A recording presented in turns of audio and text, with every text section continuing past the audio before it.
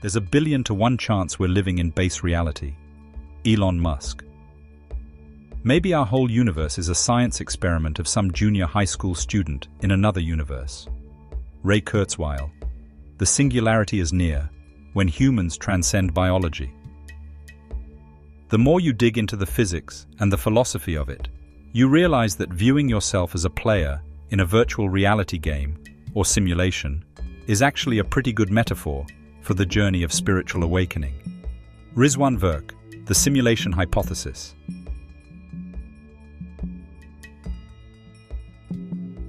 A mind-bending theory has emerged in the last decade which has shocked the public: the simulation hypothesis. In 2003, Nick Bostrom, a philosopher at the University of Oxford, wrote a paper called "Are You Living in a Computer Simulation?"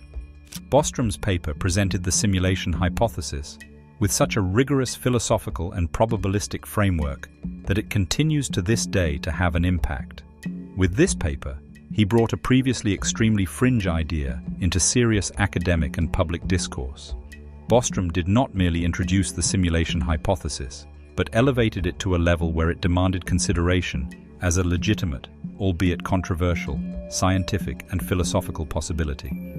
The simulation hypothesis posits that our perceived reality might be nothing more than an advanced digital simulation orchestrated by some unknown higher intelligence, similar to being within virtual reality, VR, but at a far more sophisticated level.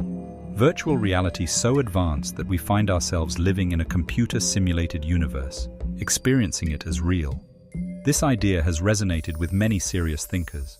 Some have gone so far as to suggest that the odds that we are not in a simulation are 1,000,000,000 to 1. This idea that our supposed reality is actually an illusion is not new. In both the Eastern and Western philosophical traditions, it has long been suggested, notably in concepts, among others, like Plato's allegory of the cave and Hindu notions of the unreality of the world.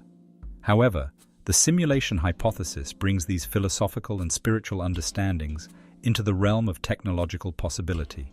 If we are indeed living in a simulation, what does this mean for spiritual understanding, enlightenment or awakening, and human consciousness? Could this actually align with the many spiritual traditions that view physical reality as an illusion or maya? Do we need to redefine spiritual awakening for the digital age as the transcendence of simulated illusion? But more importantly, is it possible to awaken in a simulated universe? If you enjoyed this video on the possibility of spiritual awakening in a computer-simulated universe, then please visit our online bookstore Asangaham Books. There you will discover curated books lists on this topic and other spiritual and philosophical subjects. Many of the books are available not only in hard copy and paperback, but also in digital and audiobook. You will find the link for Asangaham Books in the description of this video.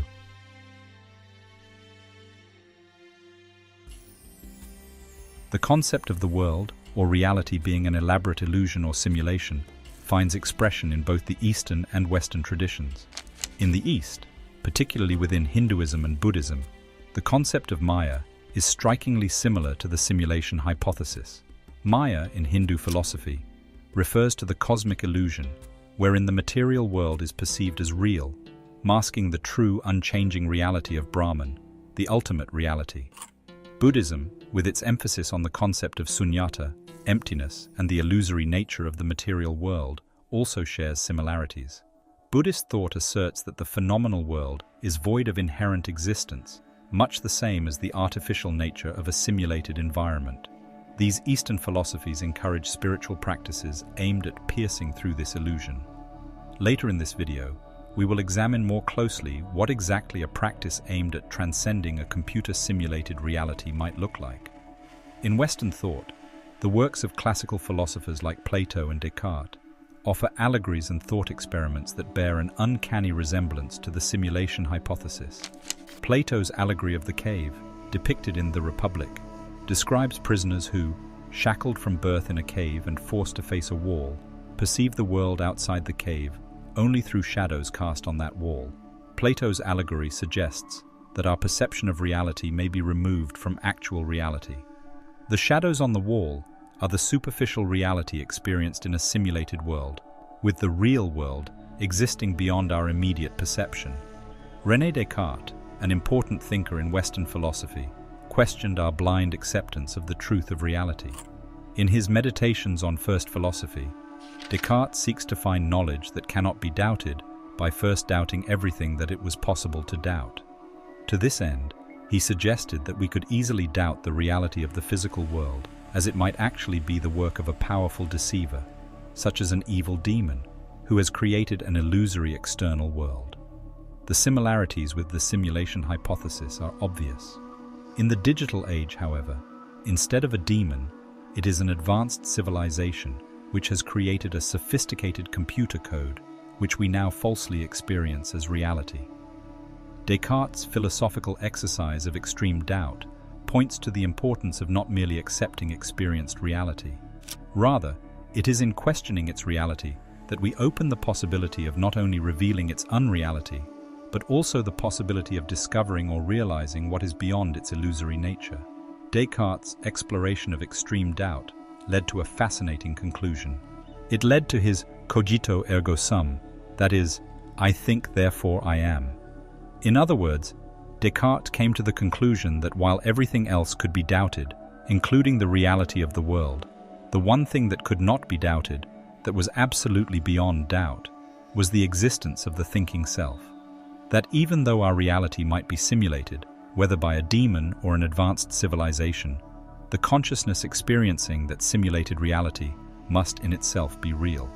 Cartesian doubt not only questions the authenticity of the perceived world, but also reaffirms the certainty and significance of individual consciousness within any given reality, simulated or not.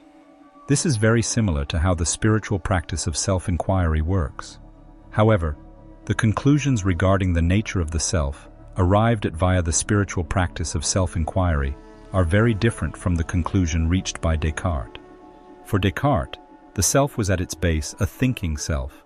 Advaita Vedanta, particularly as taught by the great Indian sage, Ramana Maharshi, points to a much deeper, vaster, and more open-ended conception of self than Descartes' thinking self. We will look at Ramana's practice of self-inquiry in a moment. But first, what exactly is the status of individual consciousness in a simulated universe?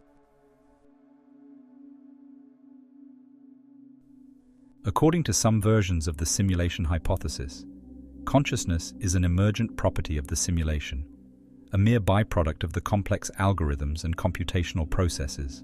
This mirrors the materialist views of neuroscience and psychology, which see consciousness as arising from physical processes within the brain. The simulation hypothesis adds something extra to this point of view. It suggests that if our brains themselves are part of the simulation, then consciousness becomes a second-order emergent property. This means that consciousness is not merely the epiphenomenon of neural activity, but also the underlying computer code that constitutes the simulated universe. But then, who or what created the code? Is consciousness something external to the simulation, something imported by whatever entity or process created it? Or might consciousness be a fundamental aspect of reality, simulated or not, that is not reducible to physical matter or code?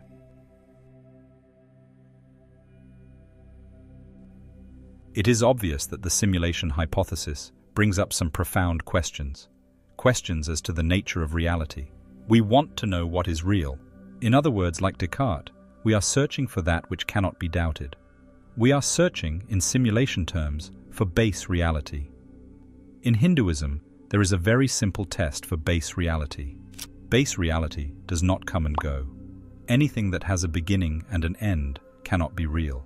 Reality must be unchanging, eternal, always present. What then is always present? Can we say that consciousness is always present? There are times when we are unconscious, so it seems not. And certainly not if we are in a simulation, and consciousness is a byproduct of computer code. What about our sense of existence? Some schools of Advaita Vedanta argue that our sense of I am is fundamental, that our sense of existence is our base reality. In many of these schools, they suggest meditating on the sense of I am as a way of achieving spiritual awakening. That is, awakening to what they suggest is the fundamental and irreducible nature of being itself. From this point of view, everything is ultimately resolved in being. From this point of view, being is base reality. Being is base reality because being neither comes nor goes. But is this correct? The simulation hypothesis offers a hypothetical challenge to the notion that being neither comes nor goes. It hypothesizes that even our sense of existence, our sense of I am, may be merely computer code. The simulation hypothesis introduces the possibility of doubting our sense of existence as real. However, the simulation hypothesis is not the only challenge to the notion that being is fundamental, that being is reality, that being neither comes nor goes.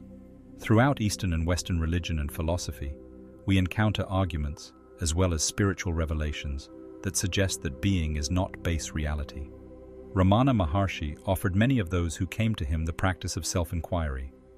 This entailed asking one's self the question, "Who am I?" What this question is pointing to can be best understood by a quote of Ramana's. That which is outside of deep, dreamless sleep is unreal. The question, "Who am I?" and the state of deep, dreamless sleep are pointing to the same unspeakable reality, that reality which is prior to being, or to any arising at all. Nisargadatta Maharaj expresses something very similar when he suggests, meditate on the I am until you realize the I am is illusory.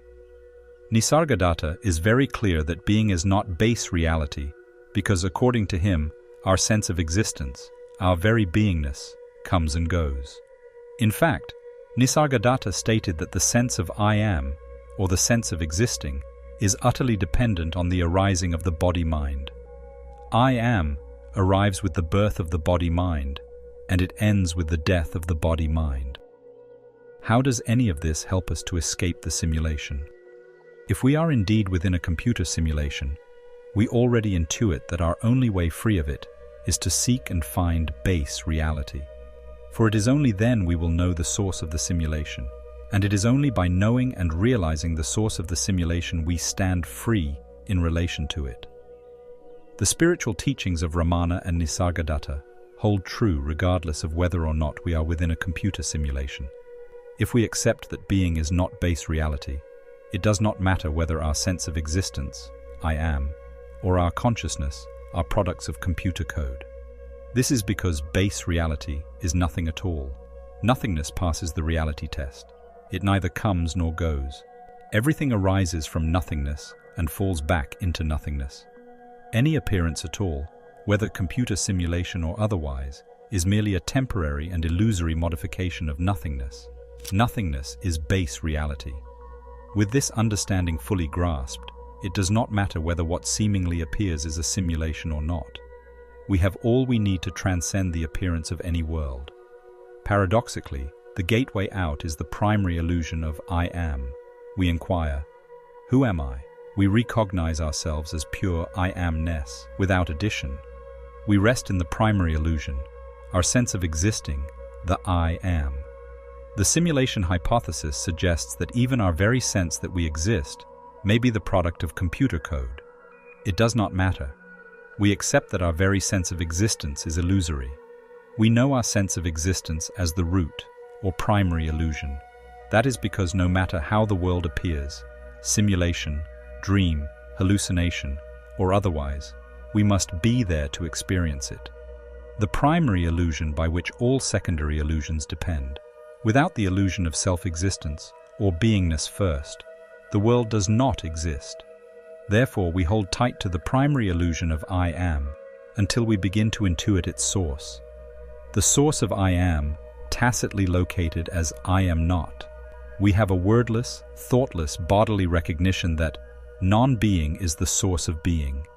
We realize a vast, limitless and boundless openness, an openness of infinite allowing, a limitless openness that allows all manner of worlds, of universes, simulated or not. This vast openness is the primordial state, prior to and transcending all forms, constructs, and simulations. This realization brings a profound sense of liberation. In the context of the simulation hypothesis, it suggests that even if our existence is the result of a sophisticated computer program, the prior no-thingness is beyond the limits of any program. Our true or base nature is rooted in the boundless non-being that precedes and transcends all forms and phenomena. Spiritual awakening as a process is the peeling away of the layers of illusion, which includes the subtle illusion of existence itself. By inquiring into the nature of this I, by resting in the primary illusion of I am and intuitively grasping its source, we come to a direct experiential understanding of the vast open state of non-being. The simulation hypothesis, therefore, serves as a modern metaphor for an ancient spiritual truth, that the reality we perceive is not the ultimate truth. The essence of spiritual awakening is the realization that we are not confined to the limitations of any reality, simulated or otherwise, but are intrinsically connected to an infinite formless source that transcends all concepts and categories.